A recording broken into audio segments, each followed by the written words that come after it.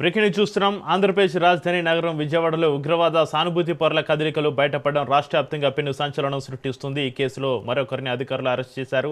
హైదరాబాద్కు చెందిన సాయిదా బేగంను పోలీసులు అదుపులోకి తీసుకున్నారు. ఉగ్రలింకుల కేసులో సాయిదా బేగం కీ రోల్గా వ్యవహరిస్తున్నట్లుగా అధికారులు అనుమానిస్తున్నారు. టూటౌన్ పిఎస్లో సాయిదా బేగంను పోలీసులు విచారిస్తున్నారు.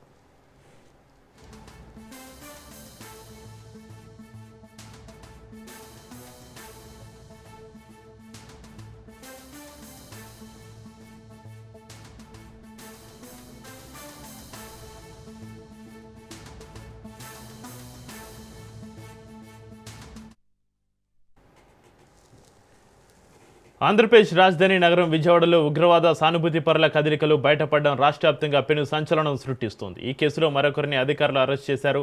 హైదరాబాద్కు చెందిన సాయిదా బేగంను పోలీసులు అదుపులోకి తీసుకున్నారు. ఉగ్రలింకుల కేసులో సాయిదా బేగం కీ రోల్గా వ్యవహరిస్తున్నట్లుగా అధికారులు అనుమానిస్తున్నారు. టూటౌన్ పిఎస్లో సాయిదా బేగంను పోలీసులు విచారిస్తున్నారు.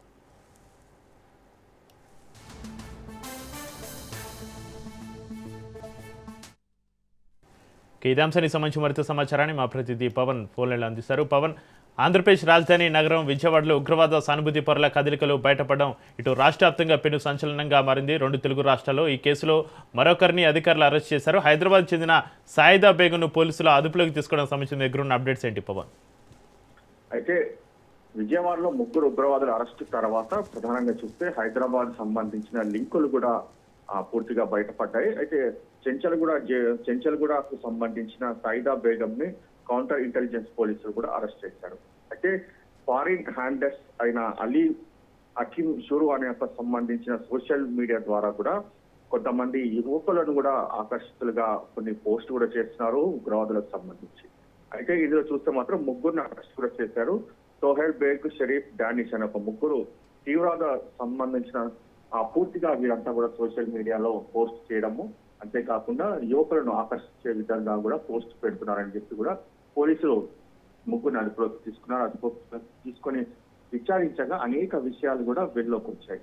అంటే ప్రధానంగా వీరి వెనక ఏ ఉగ్రవాద సంస్థ పనిచేస్తుంది, అంతేకాకుండా దీనికి సంబంధించి ఇంకా ఎలాంటి విషయాలు వెలుగులోకి రానున్నాయనే దానిపైన కూడా ప్రధానంగా ఇటు పోలీసులు కూడా విచారణ కొనసాగిస్తున్నారు. అయితే సాయిదా బేగం ఇప్పటికే దీనికి సంబంధించి విచారణ కొనసాగుతున్న నేపథ్యంలో మరికొంతమంది పేర్లు కూడా వెలుగులోకి వచ్చే అవకాశం కూడా కనిపిస్తుంది.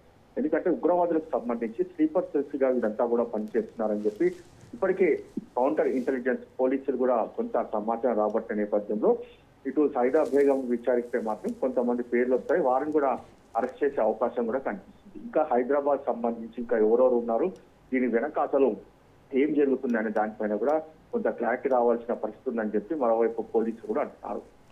Right, thank you Pawan.